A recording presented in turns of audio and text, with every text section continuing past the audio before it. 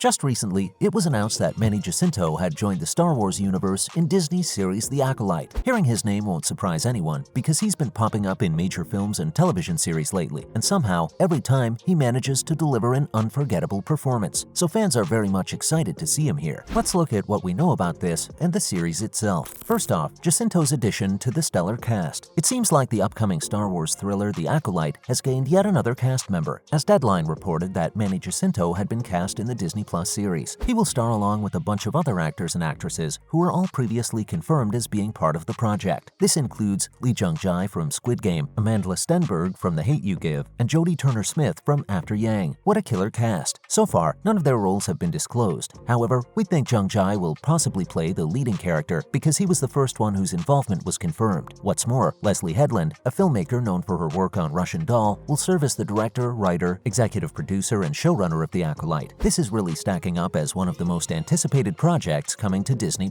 Those wondering where they've heard of Jacinto before should know that he played Jason Mendoza in NBC's The Good Place. His most recent film credit, however, is as Lieutenant Billy Fritz Avalone in this year's blockbuster film Top Gun Maverick. Otherwise, some of these upcoming projects include Kenshi Takahashi in the upcoming animated film Mortal Kombat Legend Snowblind and Namadi Asamuga's drama film The Knife. Both are currently in post-production, so we'll hear more about his involvement in them soon. Next up, what do we know about the series? So far, we don't have all the details we need to formulate an opinion on The Acolyte, but there are some general plot details that have been revealed. It's being described as a mystery thriller that'll take viewers into a galaxy of shadowy secrets and emerging dark side powers. It'll be set within the final days of the High Republic era. Further details about its characters are yet to be known, but the project title references a Sith in the beginning stages of their training under an experienced Sith Lord. Also, Lucasfilm described the series in official Star Wars press releases as focusing on dark side Force users in the Old Republic. In an interview on May 17th, Headland said it'll take place around 100 years before The Phantom Menace. Now that we know the setting and have some ideas of what the show might be about, the actual plot, similar to Jacinto's character, is being kept under wraps, so more information should become available when the series starts shooting. Coming up, information about Star Wars Ahsoka. Similar to Acolyte, Star Wars Ahsoka is also an upcoming series that fans are looking forward to. In fact, it's almost done filming, so they're wondering what they need to know about it. Dave and John, the creators of the show, said that they're hopeful they can build on the same interest for Ahsoka that had been demonstrated several times previously. While select fans saw that first footage unveiled as part of the Star Wars celebration in Anaheim earlier, there haven't been many updates from the set since that expo took place. Not just this, but many other fan-favorite characters will also be returning in it, some of whom will actually be making their first live-action appearances. The Rebels cast members such as Hera Syndulla, Huyang, and the droid Chopper are all set to appear in the first season. But what fans are most excited to see is Australian actor Natasha Liu Bordizzo appearing as Sabine Wren. She's described as a Mandalorian bounty hunter who helped the early rebellion fight against the Empire. Also, there'll definitely be some tension between Wren and Ahsoka in the show. Despite this, the actors seem to be having the best time working together on set. Speaking about this, Dawson mentioned that they both had their birthdays on this project, and it felt like they were having the best birthday present ever in real time. Now the question is, will she and Bordizzo get another great birthday present while shooting Season 2 of Star Wars Ahsoka? That'll happen if they decide to go ahead with it. Let's hope for the best and keep our fingers crossed. What's more, some cast additions for Ahsoka. A bunch of cast announcements have also been made for the show. Previously, this was kept a secret when the team began production. It seems like Iman Esfandi is headed to a galaxy far, far away, having been confirmed to appear in the series. Esfandi, who fans may know from last year's Best Picture nominee King Richard, is set to play fan favorite Ezra Bridger. The character was first seen in Star Wars Rebels as a young, Force-sensitive orphan who eventually joined the Rebels. He even crossed paths with Lando Calrissian and received some first-hand lightsaber training from Ahsoka. Other cast members include Mary Elizabeth Winstead and Ivana Sakno in yet-to-be-revealed roles. Ray Stevenson, who fans may know from Vikings, is also set to play a villainous admiral, but this isn't the Grand Admiral Thrawn, who was voiced by Lars Mikkelsen in Star Wars Rebels. And now for some other related news. First off, Disney has removed Star Wars spin-off Rogue Squadron from its release calendar. It seems like Disney has removed Rogue Squadron, the Star Wars film by director Patty Jenkins, from its release calendar. This move is a bit surprising since the tentpole, scheduled for the 22nd of December 2023, was taken off the studio's production schedule in 2021. We think this announcement is more or less pro forma. It's because the window for Rogue Squadron to start filming in time to complete the movie by next December has very nearly closed. The next big screen story in the space opera saga had already been delayed last year in November, reportedly due to scheduling conflicts with Jenkins. As part of the scheduling change, Disney has also set release dates for several upcoming movies. This includes its Snow White remake, starring Rachel Ziegler, Inside Out 2, and the Lion King sequel, Mufasa. The studio also planted flags for Searchlight's next goal wins from director Taika Waititi. So despite the loss for Star Wars fans, there are plenty of interesting films to look forward to next year. Next up, the first Mandalorian Season 3 trailer released. With D23 underway this past weekend, it seems like Disney had a lot to share with Star Wars fans. In total, the company debuted 3 trailers at the expo. Firstly, there was a final look at Star Wars Andor, ahead of the show's Disney Plus premiere on the 21st of September. Then we got to see Tales of the Jedi, a new animated anthology series that'll begin streaming on the 23rd of October. But the first trailer for Season 3 of The Mandalorian was also released, and fans were ecstatic. This clip is the same one that was shown to attendees only at Star Wars Celebration earlier. Based on it, we can make some assumptions about the plot. After he leaves to train at Luke's Jedi Temple, Grogu and Din will be reunited and back to their usual hijinks. But Mando's decision to take his helmet off at the end of Season 2 has damaged his relationship with the Armorer and what's left of his clan. The fact he also took the Darksaber from Moff Gideon is also a reason for conflict between him and Bo-Katan. Apparently, it looks like Season 3 will tell a more focused story with fewer detours for Mando and Grogu to get into trouble. The show will arrive on Disney Plus next year. A release date hasn't been confirmed as of yet, but we should hear more about that soon. Lastly, Star Wars The Bad Batch Season 2 gets a release date at Disney Plus. Even though it's later than planned, Star Wars The Bad Batch will be back. At its D23 Expo, Disney announced that the animated series will return for Season 2 on Wednesday, 4th of January next year. It has also been confirmed that the season will consist of 16 episodes. But it was also announced that the episodes will arrive later than the streaming service originally announced. At the time of The Bad Batch's renewal in August 2021, Disney Plus indicated that the next round of episodes would get underway in the fall of the next year. As recently as May, a Season 2 teaser also promised new episodes later in 2022. The season will follow the titular elite and experimental clones who were first introduced in Star Wars The Clone Wars as they find their way into a rapidly changing galaxy in the immediate aftermath of the battle. Members of Bad Batch, a unique squad of clones who vary genetically from their brothers in the clone army, each possess a singular exceptional skill that makes them effective soldiers. In the post-Clone War era, they'll take on daring mercenary missions as they struggle to stay afloat and find a new purpose. And that's a wrap for this video. Are you looking forward to watching Star Wars The Acolyte when it comes out? What else are you looking forward to seeing in it? Let us know in the comments below. Remember to give this video a thumbs up, subscribe to our channel, and hit the bell notification for similar videos. See you in the next one.